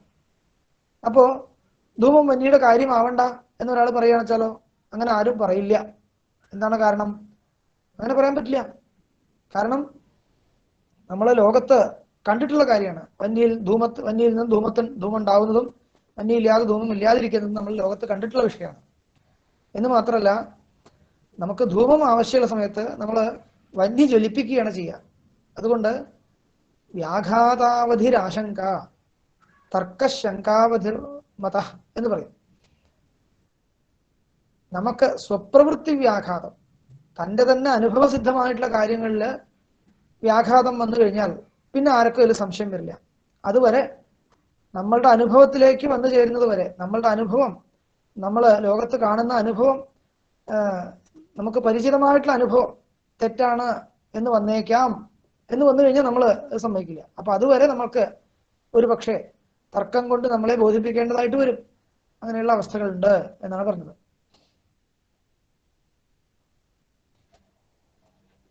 ഇനി എന്താ പറയുന്നത്? ഇനി അടുത്ത വിഷയമാണ്. ഇനി പറയുന്ന വിഷയം എന്ന് പറഞ്ഞാൽ വാസ്തവത്തിൽ വളരെ വിസ്തൃതമായിട്ടുള്ള വിഷയമാണ്. ഈ തർക്കം എന്ന് പറയുന്നത് എങ്ങനെയാണ് എല്ലാ പ്രമാണങ്ങൾക്കും ഉപയോഗപ്പെടുന്നത് വളരെ വിസ്തരിച്ച് ഇതിൽ നിരൂപണം ചെയ്യുന്നുണ്ട്. അനുമാനത്തിന് ഉപയോഗപ്പെടുന്നുണ്ട് എന്നുള്ളത് ഇപ്പൊ മനസ്സിലാക്കി. അതുപോലെ തന്നെ ശബ്ദപ്രമാണത്തിന് ഉപയോഗപ്പെടുന്നുണ്ട്, പ്രത്യക്ഷത്തിനും ഉപയോഗപ്പെടുന്നുണ്ട് എന്നാണ് പറയുന്നത്. നമ്മൾ കണ്ണുകൊണ്ട് കണ്ടത് കൊണ്ട് മാത്രമല്ല അതിനെ മനസ്സിലാക്കുന്നത്, അതിന്റെ കൂട്ടത്തിൽ ഒരു തർക്കവും ആവശ്യമാണ്. ഇപ്പൊ മുമ്പിൽ കണ്ടത് ഞാൻ ഇന്നതാണെന്ന് ഒരാൾ ഞാൻ പറയുന്ന സമയത്ത് അത് അല്ല എന്ന് വേറൊരാൾ പറഞ്ഞാൽ എന്ത് ചെയ്യും? ഉടനെ നമ്മൾ തർക്കിക്കാൻ വരും. ഞാൻ മുമ്പിൽ കണ്ടത് അത് തന്നെയാണ്, അതല്ലായിരുന്നെങ്കിൽ അങ്ങനെയായിരുന്നു ഇങ്ങനെയായിരുന്നു പറയില്ലേ? ഞാനൊരു ആനയെ കണ്ടു, ഞാൻ ആനയെ കണ്ടു എന്ന് നിങ്ങളോട് പറയുന്നു, അല്ലെങ്കിൽ ഞാൻ ആനയെ കാണുന്നു. ആ സമയത്ത് എനിക്ക് സംശയം തോന്നുകയാണ്, ഇത് പ്രതിമയാണോ അതോ ശരിക്കുള്ള ആനയാണോ? സംശയം തോന്നുകയാണ്. അപ്പൊ നമ്മൾ സൂക്ഷ്മമായിട്ട് അതിനെ നിരീക്ഷിക്കുന്ന സമയത്ത് അത് എൻ്റെ തുമ്പിക്കൈ ഇളക്കുന്നുണ്ട്. അപ്പൊ ഇതൊരു തർക്കമായിട്ട് നമ്മൾ ഉപയോഗപ്പെടുത്തുകയാണ്. ഇത് പ്രതിമയല്ല, ശരിയായിട്ടുള്ള ആന തന്നെയാണ്. കാരണം എന്താണ്? പ്രതിമയായിരുന്നെങ്കിൽ അതിന്റെ തുമ്പിക്കൈ ഇളക്കുമായിരുന്നില്ല. തുമ്പിക്കൈ ഇളക്കുന്നുണ്ട്, അതുകൊണ്ട് പ്രതിമയല്ല. ഇപ്പൊ നോക്കൂ, ഞാൻ ആനയെ കണ്ടിട്ട് ശരിയായിട്ടുള്ള ആനയാണെന്ന് കണ്ട് മനസ്സിലാക്കാൻ എനിക്ക് തർക്കം ആവശ്യം വരുന്നുണ്ട് ചില സമയങ്ങളിൽ. അപ്പൊ എവിടെയാണോ ശങ്ക ഉദിക്കുന്നത്, നമ്മളുടെ പ്രത്യക്ഷജ്ഞാനമാവട്ടെ, അനുമതിയാവട്ടെ, ശാബ്ദബോധമാവട്ടെ, എല്ലാത്തിലും ശങ്ക ഉദിച്ചു കഴിഞ്ഞാൽ നമുക്ക് സഹായത്തിനുള്ളത് തർക്കമാണ്. അപ്പൊ ആ തർക്കത്തിന് വളരെയധികം പ്രാധാന്യമുണ്ട് എന്ന് കാണിക്കുകയാണ്. എത്രത്തോളം പ്രാധാന്യം ഉണ്ടെന്ന് ചോദിച്ചു കഴിഞ്ഞാൽ ചുരുക്കത്തിൽ പറഞ്ഞാൽ മീമാംസാ ശാസ്ത്രം തന്നെ തർക്കമാണ്. മീമാംസാ ശാസ്ത്രത്തിനാണ് പണ്ട് ന്യായശാസ്ത്രം എന്ന് പേരുണ്ടായിരുന്നത്.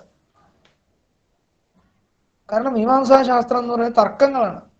വാക്യത്തിന്റെ താല്പര്യത്തെ നിർണ്ണയിക്കാൻ ആവശ്യമായിട്ടുള്ള തർക്കങ്ങളാണ് മീമാംസാ ശാസ്ത്രം എന്ന് പറയുന്നത്. അപ്പോൾ അങ്ങനെയൊക്കെ നോക്കിക്കഴിഞ്ഞാൽ ഈ തർക്കം എന്ന് പറയുന്നതിന് വളരെയധികം പ്രാധാന്യമുണ്ട്. എല്ലാ പ്രമാണത്തിന്റെയും വിഷയം എന്ത് എന്നുള്ള കാര്യത്തിൽ നമുക്ക് പലതരത്തിലുള്ള അറിവുകൾ ഉണ്ടാവുന്നുണ്ട്. നമുക്കുണ്ടായി ഒരു അറിവുണ്ടായി കഴിഞ്ഞാൽ പെട്ടെന്ന് നമ്മളതിൽ വിശ്വസിക്കില്ല ചെയ്യുക. അതിന്റെ വിഷയം എന്താണെന്ന് പരീക്ഷിച്ചതിന് ശേഷമാണ് വിശ്വസിക്കുക. അപ്പൊ ഈ പരീക്ഷയ്ക്കാണ് തർക്കം എന്ന് പറയുന്നത്. അത്രയേ ഉള്ളൂ, വേറൊന്നുമില്ല. അപ്പോ ഇതിനെയൊക്കെ തർക്കത്തിന്റെ പ്രാധാന്യം പറഞ്ഞതിന് ശേഷം പിന്നെ വേറെ ചില വിഷയങ്ങൾ പറയുന്നുണ്ട്. ഹേത്വാഭാസം എന്ന് പറയുന്ന ഒരു പ്രധാനപ്പെട്ട വിഷയം ഈ പ്രകരണത്തിൽ ചർച്ച ചെയ്യുന്നുണ്ട്. ഹേത്വാഭാസം. ഹേത്വാഭാസത്തിന്റെ നിരൂപണത്തിലുള്ള ഒരു പ്രത്യേകത എന്താണെന്ന് ചോദിച്ചാൽ, നൈയായികന്മാര് എല്ലാത്തിനെയും ഹേതുവിന്റെ ദോഷങ്ങളായിട്ടാണ് കണക്കാക്കുക. ഇവിടെ അങ്ങനെയല്ല. ഹേത്വാഭാസം ഒറ്റ ഒന്നല്ല.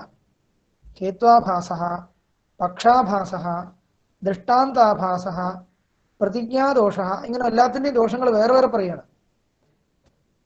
അപ്പൊ നൈയായികന്മാരാണ് വെച്ചാൽ എങ്ങനെയാ വെച്ചാൽ, ബാധ സർവോപി ഹേത്വാഭാസ, എല്ലാം ഹേതുവിന്റെ ദോഷങ്ങളായിട്ടാണ് കണക്കാക്കുന്നത്. ഇപ്പൊ പക്ഷത്തിൽ സാധ്യമില്ല എന്ന് പറഞ്ഞാൽ ബാധ എന്നുള്ളൊരു ദോഷം പറയും. പക്ഷത്തിൽ സാധ്യമില്ല എങ്കിൽ എന്ത് ദോഷമാണ്? ബാധ. ബാധോ നാമ കശ്ചന ഹേത്വാഭാസ എന്നാണ് നൈയായികന്മാർ പറയാ. മീമാംസകന്മാര്, പ്രാചീന മീമാംസകന്മാര് എങ്ങനെയാ പറയാ? അങ്ങനെ വേണ്ട. പക്ഷത്തിൽ സാധ്യമില്ല എങ്കിൽ അത് ഹേതുവിന് എന്താണ് അപരാധം? പക്ഷത്തിൽ സാധ്യമില്ല എന്നുള്ളത് പക്ഷത്തിന്റെ ദോഷമാണ്. സാധ്യം അപ്രസിദ്ധമാണെന്നുള്ളത് സാധ്യത്തിന്റെ ദോഷമാണ്. ഹേതു അപ്രസിദ്ധമാണെങ്കിൽ ഹേതുവിന്റെ ദോഷമാണ്. ദൃഷ്ടാന്തം അപ്രസിദ്ധമാണെങ്കിൽ ദൃഷ്ടാന്തത്തിന്റെ ദോഷമാണ്. ദൃഷ്ടാന്തത്തിൽ സാധ്യമോ ഹേതുവോ ഇല്ല എങ്കിൽ അതൊക്കെ ദൃഷ്ടാന്തത്തിന്റെ ദോഷമാണ്. ഇങ്ങനെയൊക്കെ നോക്കിക്കഴിഞ്ഞാൽ അനുമാനത്തിന്റെ ദോഷങ്ങളെല്ലാം ഹേതുദോഷങ്ങളല്ല, മറിച്ച് ചിലതൊക്കെ ഹേതുദോഷങ്ങളാണ്, മറ്റു ചിലതൊക്കെ പക്ഷദോഷങ്ങളും സാധ്യദോഷങ്ങളും ദൃഷ്ടാന്ത ദോഷങ്ങളും ഒക്കെയാണ്. അപ്പൊ അങ്ങനെ നോക്കുന്ന സമയത്ത് എല്ലാത്തിനെയും നമുക്ക് ഹേത്വാഭാസം എന്ന് വിളിക്കേണ്ട കാര്യമില്ല എന്നാണ് മീമാംസക മതം. നൈയായികന്മാരെന്താ ചിന്തിക്കേണ്ടത് വെച്ച് കഴിഞ്ഞാൽ, അങ്ങനെയല്ല, ഹേതുവിന്റെ ദോഷമായിട്ട് പറഞ്ഞാൽ കുറച്ച് സൗകര്യമുണ്ട്, നമുക്ക് ലക്ഷണം പറയാൻ കുറച്ച് സൗകര്യമുണ്ട്. അപ്പൊ ഹേതുവിന്റെ ദോഷമാണോ ചോദിച്ചു കഴിഞ്ഞാൽ ആണെന്ന് ഒരു കണക്കിന് പറയാം. കാരണം സാധ്യമില്ലാത്ത പക്ഷത്തിൽ സാധ്യത്തെ സാധിപ്പിക്കാൻ ഒരുങ്ങുന്ന ഹേതു, ആ ഹേതുവിനും ദോഷമുണ്ടെന്ന് പറയാം. അതായത് ദുഷ്ടസ്യ കാര്യം സാധയതി സോപി ദുഷ്ടഹായത് വ്യവഹ്രിയതേ ലോകെ. ദുഷ്ടന്റെ കാര്യം സാധിക്കാൻ മെനക്കെടുന്നതാണെന്ന് ദുഷ്ടനാണെന്ന് പറയാലോ. എന്ന് പറയുന്നത് പോലെ പക്ഷത്തിനാണ് നേരിട്ട് ദോഷമുള്ളത് എങ്കിലും ദുഷ്ടമായ പക്ഷത്തിൽ സാധ്യത്തെ സാധിപ്പിക്കാൻ പുറപ്പെടുന്ന ഹേതുവിനും ദോഷമുണ്ട് എന്ന് പറയാം. അത് തന്നെയാണ് ഇതിന്റെ ദോഷം എന്നുള്ളതിലേക്ക് ഹേത്വാഭാസം എന്നിങ്ങനെ ഒന്നിച്ച് പറയാൻ സൗകര്യം ഉണ്ടെന്ന് കാണിച്ച്, അങ്ങനെ ഹേത്വാഭാസങ്ങളായിട്ട് എല്ലാത്തിനെയും ചിത്രീകരിക്കുന്ന ഒരു രീതിയാണ് ന്യായശാസ്ത്രത്തിലുള്ളത്. ഈ ഒരു വ്യത്യാസം നമ്മൾ മനസ്സിലാക്കണമെന്ന് മാത്രം. ഇപ്പോ ഞാൻ കൂടുതൽ പറയാൻ ഉദ്ദേശിക്കുന്നില്ല, നമുക്ക് സമയം അധികമില്ല. നിങ്ങൾക്ക് വേറെന്തെങ്കിലും പ്രധാനപ്പെട്ട കാര്യങ്ങൾ വേറെന്തെങ്കിലും ചോദിക്കാനുണ്ടെങ്കിൽ ചോദിക്കാം, അല്ല എങ്കിൽ ഞാൻ അവസാനിപ്പിക്കുകയാണ്.